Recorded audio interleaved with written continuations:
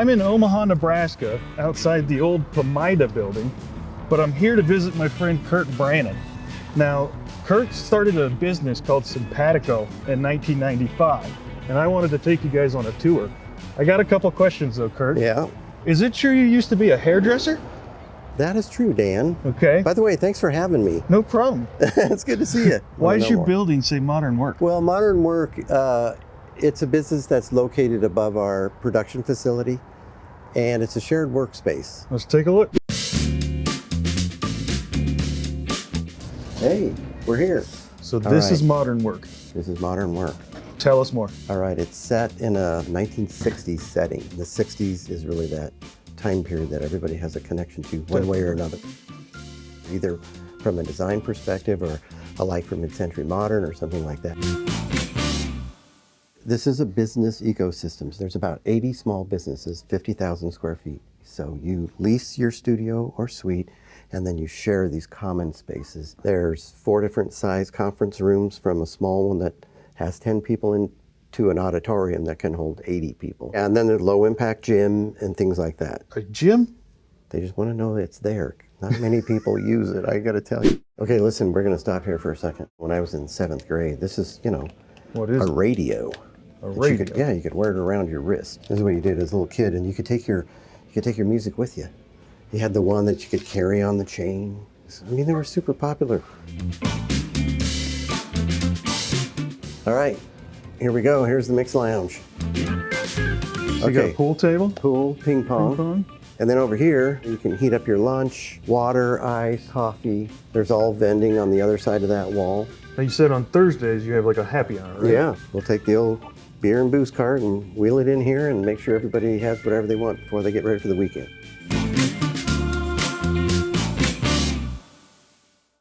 If I understand right, Sympateco did all of this stuff. So the mid-century modern, the walls, the booze. The tables, tabletops, kind of cutouts, that kind of stuff. But you guys did all the extruded aluminum, all the doors, all the glass, all that stuff. All downstairs. That's awesome. We name all of our conference rooms after famous cocktails. So this is the Cosmopolitan. Martini, we have the Gin Gimlet. Okay. So they're just breakout rooms. This is the big room, the Starlight Auditorium. Okay. There's a group in there right now. So this is a new startup company, Remarkable. And so they have a suite, so you can see they have a bigger facility, control their own desks, and have their own offices inside this confinement. Okay, Curt, so we're on the second floor. We're on the second floor, yes, which is still Sympateco currently. Yes. Okay, but you're in the middle of overhauling it. This particular conference room is going to be my way of saying thanks to Converse tennis shoes. Okay, pretty big fan? Well, again, anything iconic. How many shoes do you think you're gonna?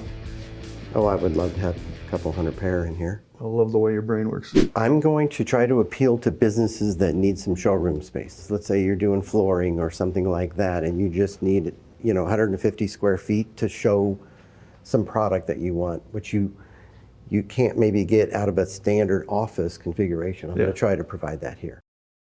I'm a huge fan of old motorcycles. Yeah. So that one, we both love them. Immediately stood out to me.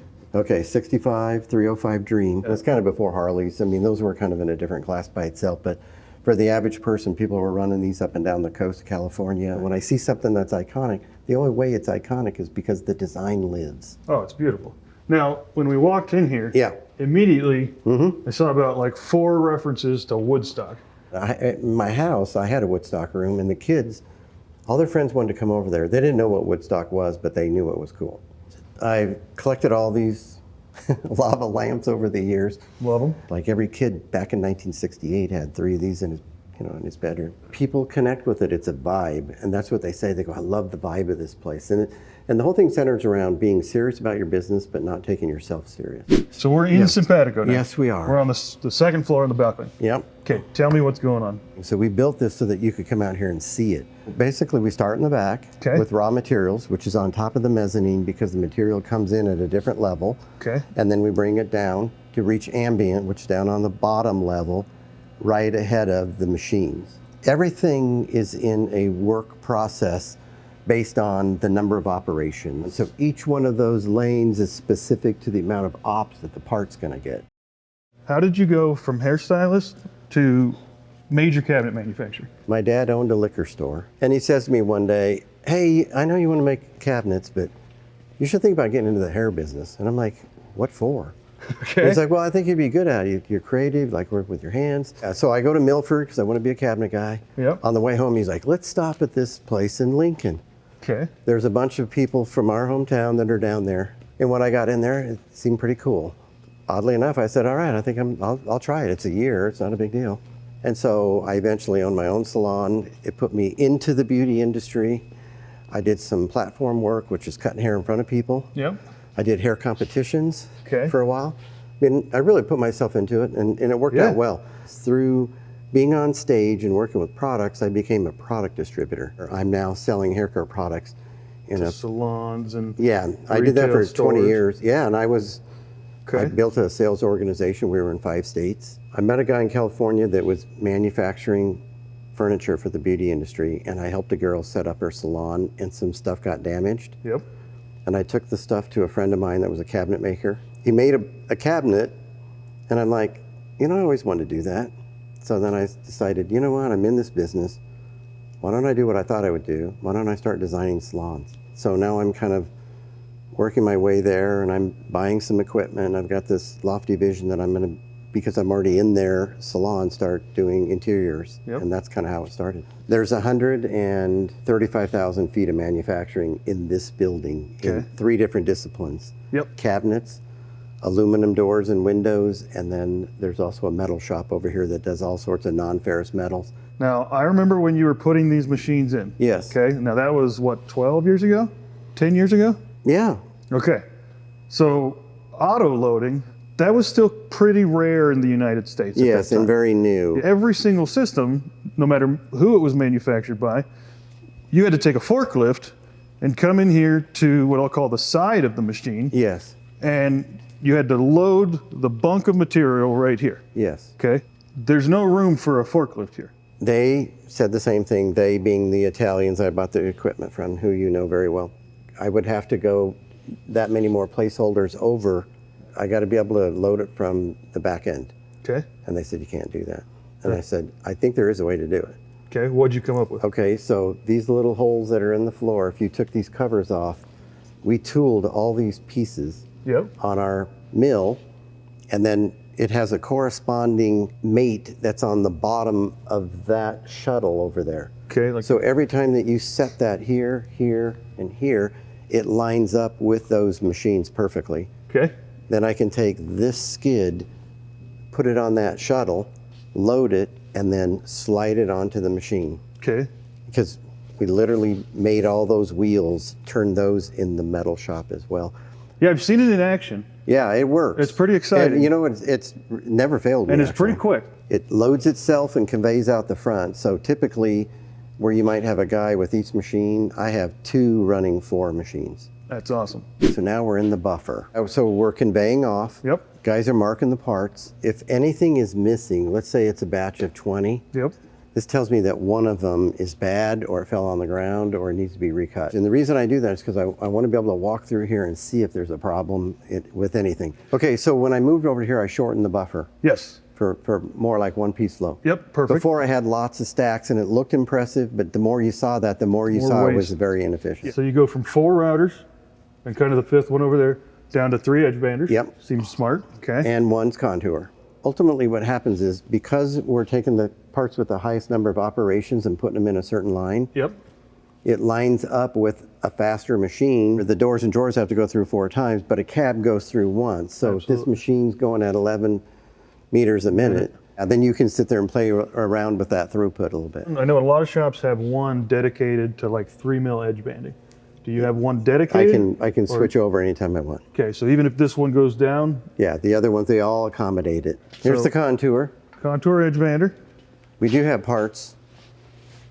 This is for Sola. It's Okay. a side panel for their shampoo. Now you have 3 full-time edge banders. Yes, How many edge bander operators? 1.5.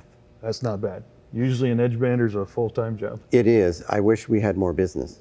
Quite frankly, it's just that our brands are down in volume. Quest Diagnostic, you walk in and get your blood taken. I'm doing all their patient rooms and they're checking kiosks. They're just not massively expanding like they have in the past. Right. Everybody's had a hard time catching up after COVID. This factory is set up, you could probably do between 30 and $40 million for the case goods out of here. Okay, that's a lot. So, but it's all nested based. Yep. And then we also have the beams on the backs. But these things can get a lot through because you're not putting anything on here that doesn't require some type of machining operation. After the edge banders, where do we go? Dowel insertion, 3 choices. Okay. 2 pendulum Omaha machines that are going to be fed by a guy. Yep. Going pendulum. Or the Coke machine over here that has an indexer and it's going to do dowels from both ends. And it's a through machine. It's a through machine. It'll index on the other side. Getting 4 pieces on a doweling machine, it takes brain power. Actually, you're saying where you go left and then right and then the machines that I've ran, you can put one in zone A and one in zone B. Yeah. One in zone C. Yeah. One in zone D. You have to have that middle divider. Yeah. Yep. And then by the time that it's like getting ready to do D, you have to flip around A, flip around B, flip like you're moving. No, yeah, it's like putting together a puzzle. It's like if somebody had 6 hands, they could do it. It's fun to be that busy. Okay, so you can see we have the feed through. Yep. And the advantage there is that you sit there and stack the parts up and then they're ready. You're just pulling them off. And it does both sides at the same time. Exactly. You can see how wide the jaw is on this thing. Oh yeah, it's a 10 feet. If you're doing a big pantry or closet or something like that, you can definitely do that here. So we're set up here. Yep. Assuming that we had the part sitting here, you can pull the drawer tracks, the inside member. So I tell people, keep in mind that there's kind of 2 things going on with the drawer, the part that's on the drawer and the part that's on the cabinet. Yep.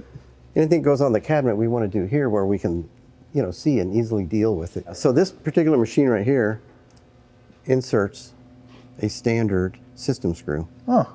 Because normally a guy would have a coffee can, you'd be grabbing them and putting them in. Yep. It's as fast as you can go like this and it drills it in too? Yeah. Okay. Is there a hopper up there? There's a hopper up there. Okay. And then you just dump that in and it runs through the system? Self-feeds it. It's right there. That's awesome. Take your drawer track, put it on the side, and just sit there and orientate them and work your way down. Like one guy can do all of this. Where's hinges? Hinges are on the other side. While all this is going on, they're building drawers and doors on the other side. And get ready to marry them up after we make a 3-dimensional box. Now, that is the largest vacuum pump that I've ever seen in my life. I couldn't believe it when you told me that was a vacuum pump. You asked me one time what the horsepower is. I think it's 25. That's ridiculous. 25. We have choices with the 4 different build lines that we have. Yep. So we can literally kind of break up the different brands and the products that we're running. Okay.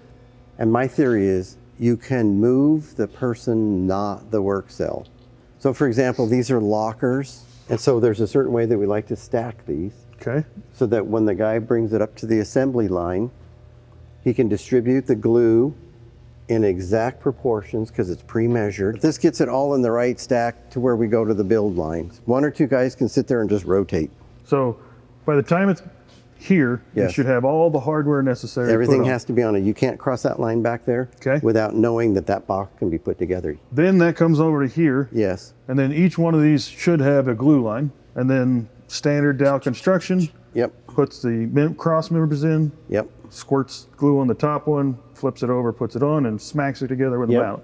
Comes over here, it's all pre-programmed. Yep. Hits the button, it goes in, it measures it, it knows the box. And this is an automated feed-through case clamp. This is a feed-through case clamp. What's the clamp time? We go 5 minutes. Okay, so what am I looking at here? That's a leveler foot. A leg leveler. Yep, leg leveler. Okay. And the reason that they're built this way is because we want to be able to make the adjustments from the inside of the cabinet. Is this for all cabinets? Yeah, well, base cabinets. So everything that we do has an integrated toe kick right now. Yep. So that they go easily next to each other, and all the adjustments for plumb and level are coming out of that. There's a 28mm hole, all 4 of them. So you can slide the case where it goes. Yep. You gang them, and then you can go ahead and level from the inside, but you can put them where they go. So you're not trying to put a toe kick in and then set something on it. That makes sense. And we send cover caps. That's nice. We created this little tool right here, so we can sit there and put these in. That was made in-house, right? Yep, totally. All right, I'm going to cross over right here. What are these? We'll slide it onto this little sled. Okay. It just makes it through easier. And Nothing snags on it. Cabinets come down, come over to here. What's this station? This is kind of a specialty station because a lot of times we put applied ends on a cabinet to kind of finish it off. Okay, so in addition to the typical end. Yes, we'll do that work here. End. And then we'll also gang cabinets together. If they're narrow and we want to ship 3 together, we need to gang them somewhere, we'll do that here. Do you restrict the product type to come down this one? Yes, because of this. Because of But that. I can also do them here too. Understood. And this is for egress, right? Yes. Okay. Insurance companies like that. They do. So you're familiar with Automated insertion. plates are going to be on the inside. These things are going to get fed in to the machine. Yep.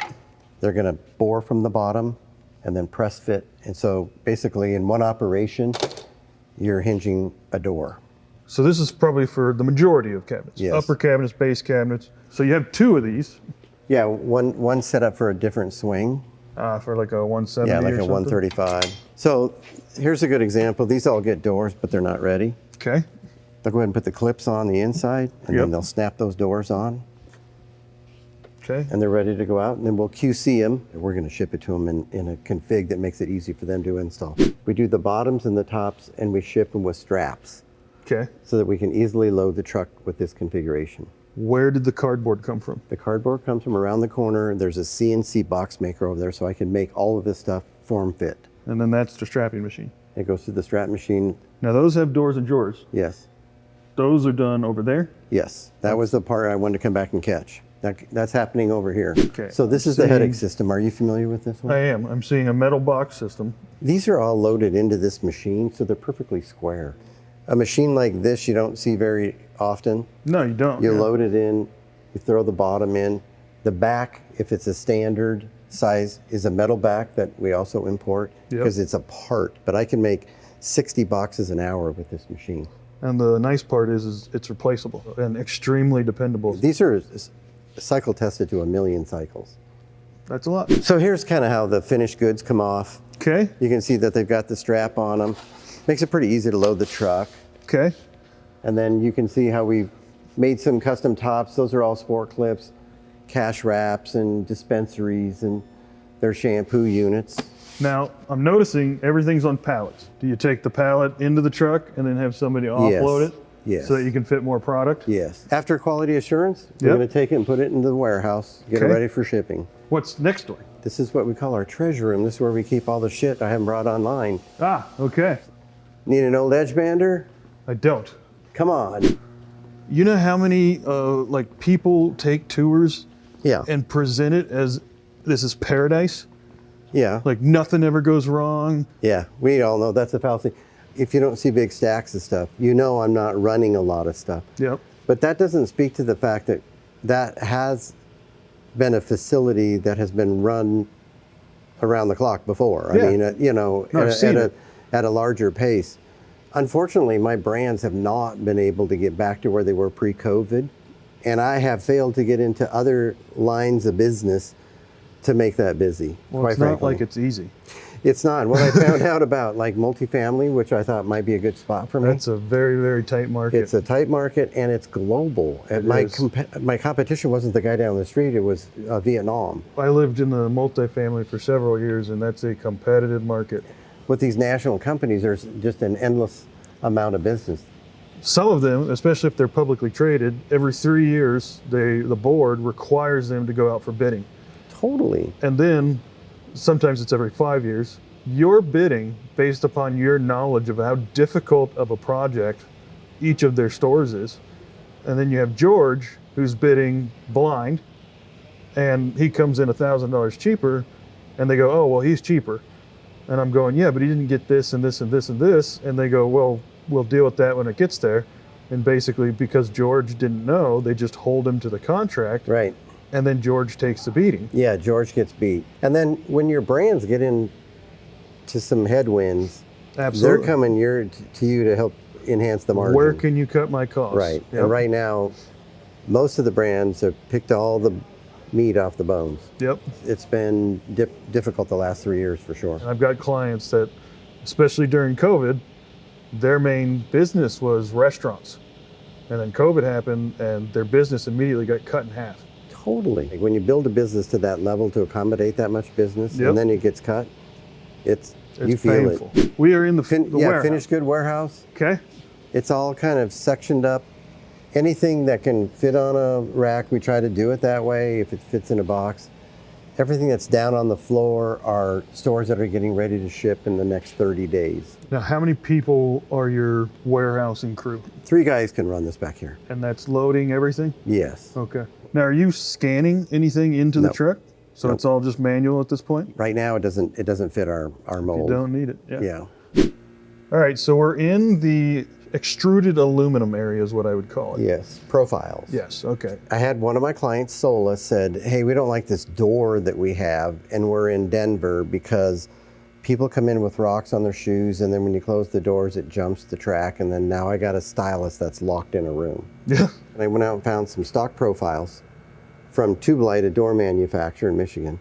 And I started putting their stuff together, and I came up with a door with overhead hardware in it. I took them a prototype and said, I think this would work, and they said, we'll take it. Okay. So in 45 days, I got into this business over 20 years ago. You take the raw materials, cut it to size, and then you machine it. So it's very similar to what's over there in the cabinet side that we just walked through. Understood. Everything has a process flow.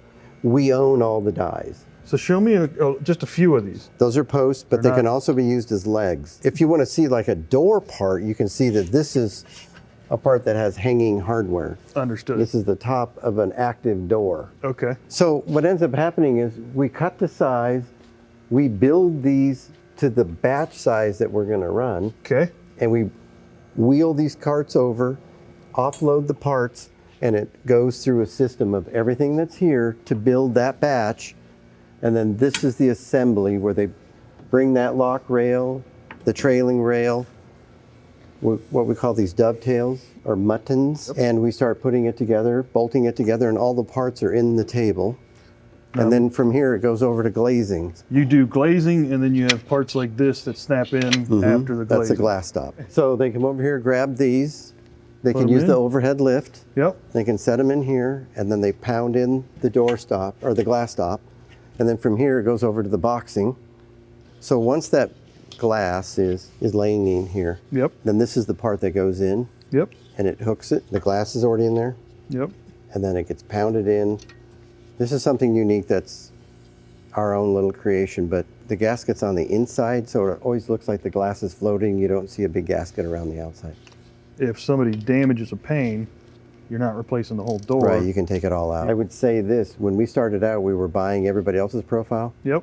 We probably own 90 different dies to make all the different kinds of doors. Now, just so you know, on the end of this thing, Yep. it goes through the box, it goes over, it gets strapped, and then you can see those L-bucks down there that are receiving it. There's probably 70 doors down there. Okay. So we're kind of on the end of a batch run. This is probably 2 locations. Okay. That's probably what got produced this week. 2 or 3 guys can come in here and Reproduce the same thing. they can get a lot of stuff through. Now we're in the metal department. Okay, when I walk in, Yep, the first thing I saw, which wasn't here last time, right. is a huge arrow. Giant arrow. Like what does a guy need an arrow for? So what is this arrow for? Well, this is going to be our front sign, part of it. Okay. So you know I'm into mid-century, so the sign itself kind of looks like the Stardust Lounge got into a fight with the Holiday Inn. Okay. And it's got this big arrow on, well, one on each side, and a big marquee sign and Sputnik lights. It's going to be far out. I fought the city for a year and a half to get this thing. If I understand correctly, Yep. the sign is going to be the cool factor. The Cool Factory. Obviously, this is all for ferrous metal. Okay. It has iron ore in it. So Okay. you see a lot of angle brackets and stuff like that. We're making things for the facility. We're making sink brackets for our clients. So this sort of factors as your own machine shop as well. Absolutely. But the way we do the locker fronts for sport clips is on this machine here. Okay. And it's called a turret punch. A turret punch. Inside this round turret, Yep. it can hold as many as 50 different tools. And this machine requires a top and bottom die, and it will do whatever that operation is. So in this particular case, and we're going to make this locker front for sport clips, Okay. this machine makes that. Beautiful. So it looks like a vent. Yeah, so you get a louver. This Okay. is where the handle is. These are the tabs that get folded so that it fits over the cabinet door. Okay. And when you look at it, you think it's a metal locker, and it's not. Okay. We spray adhesive, and then we just press form the front on, Okay. add the handle, and then we just snap it on just like it's a regular door. Awesome. So this is a high-powered laser for Yes. laser cutting. We were seeing that one part that was out there in cabinet that had the hasp on it for the lockers. Yep. We make those here, send them out for powder coating. Okay. So there's a lot of little things that we can make here because we try to vertically integrate anything. Yeah. And then jumping over here, Yep. this is a water jet. Yeah, water jet basically is high pressure water through a nozzle Yep. at 150,000 PSI. Okay. This is a piece of aluminum that it's cutting. You can see it has a nice edge. And then there's Yep. a little bit of aggregate that you can see right here. It's kind of like a sand Just got to be cleaned that off. comes right through that head, Ah, and it helps blow right through that. That was fun. that was a blast. Okay. Yeah. I hope everybody likes what they see. So you're ready to move on to your next big project. Well, here's the problem that I have. My son does not want to be me, does Okay. not want to follow in my footsteps. Okay. So I feel like I have a couple choices. I have to get somebody in here who wants to be a part of this kind of a business. We have to get into some vertical markets, which is going to take some time. That's really what I'm up against these days. I wouldn't mind doing some contract manufacturing. I'm a better partner, so I would be better if I had something more long-term, not just a guy comes in with the contract and says, hey, I need 5,000 of these cabinets or something. Yep. Something to kind of fill the funnel would be the best way for me to say, hey, I want to keep this thing rolling. So Sympateco, Yes. your goal is still stay in business, unless somebody wants to buy you outright. As long as I can check a few boxes, yes. Okay. And then find somebody to either partner with that needs, additional manufacturing capacity, hopefully over a long-term period. Yes. Or wants to, let's say, lease the manufacturing facility from you and run their own business inside of here. Where I'm not trying to focus on the amount of business that I do with my clients. Okay. So I really need somebody to come with the outside that says, look, that's not going to get in the way. I just need to build X number of cabinets, maybe a big kitchen guy or something like that comes in. Yeah. And says, no, we just need capacity. Kind of putting it out there is, this is a factory that's running and ready to go. It's all set up. Yeah. Kind of Do you plug and have play. something that you want to put through here? Okay. So there's that. And Yep. if somebody wanted to do that, they should go to Sympateco's website. Curt B, C-U-R-T-B, at Sympateco Inc., SYMPATECOINC.com. We're open to some creative thinking. Yeah. We have the factory. I own the building. Okay. I can get as creative as somebody wants to get. Yeah, I think we've seen that. Well, hopefully. You've never presented an idea that I was disappointed with or was like not impressed with. We've done a lot of stuff over the years, You have. It's been and crazy. it's been really great. So then you're still going to have Modern Work, Yes. and you have a manager on board. Yep, so there's a There's no manager. real needs there. No. But tell me about the Cool Factory. The Cool Factory is really kind of the thinking Okay. behind what we do here. Okay. Because there's so many little different divisions and things that we do. Yep. And so I kind of just, in my mind, made it the Cool Factory. It's like, well, we built a lot of cool stuff in here. We should be the Cool Factory. Somebody has an idea and says, I don't know how to tackle this. You can help guide them through that. Oh, I would love doing that. I mean, Yeah. if that's all I had to do all day long, it'd be great. We can do non-ferrous, so we can do all the steel and welding. We've got the aluminum. So like I was showing you, the architectural pieces that I'm making Yep. that are room dividers. Well, that's coming out of that department, but I need the boxes to be built over there. So I can leverage all of this different equipment that I have and make scads of different products. Yeah, I've seen it. I mean, it seems like the possibilities are a little bit endless. We're going to see where it takes us. Well, for the people watching this video, Yep. my business is Catalyst.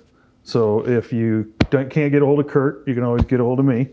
But on behalf of Catalyst, this is the initial episode. So I can't thank you enough for doing this. And congratulations, by the way. Thank you, Curt. Thank you. It's been a pleasure. Thank you.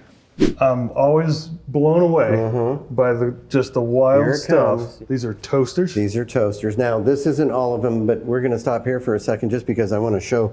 Watch this toaster. Goes out, turns. This is electric. This would be from the 20s. So those little springs or coils in there are Yeah, those will getting kill hot. you. Yeah, no, you don't want to touch those. And this one has just kind of like a little way to do it by hand. I heard about this collection because a widow was trying to sell it because her husband had collected toasters. All 9 of these is what's going to be required to put the entire collection in here. There's about 260, I think, different toasters. And then these go over, you know, your burner and stuff like that, and you just set the toast on. I've got some fake toast I'll get these all loaded up with, but this is probably 1910. This thing has got to be the most dangerous looking thing on the planet. Like, really? You're gonna plug this thing in, lay a piece of toast up against that. I mean, if you touch it with a fork, you would think you would instantly die. I wouldn't want to do it. These are all the toasters. I got them back out. I'm getting them all in the right order. That's a lot of toasters, Curt. You know what it is, though? It's a lot of innovation. Check this one out. It's a 4-slicer. So that was probably like the first quad toaster? Yeah, can you imagine how cool this is? Back in the day, you get to the point where there's the first one that has the drop-in slice. And then you're like, oh, that's the new Cat Daddy. Check this out. This thing's like space age looking, isn't it? I have some strange collections. So anything that's out there that's iconic, I guess toasters aren't really iconic, but in a way they are. They're in almost every home. I'm just enamored by the technology and the pursuit of technology, which is what we do every day, right? Absolutely. Try to push the rock of technology along a little bit. Thanks for watching the video. If you enjoyed it, the best way you can support this is by liking and subscribing. Thanks, and I'll see you next time.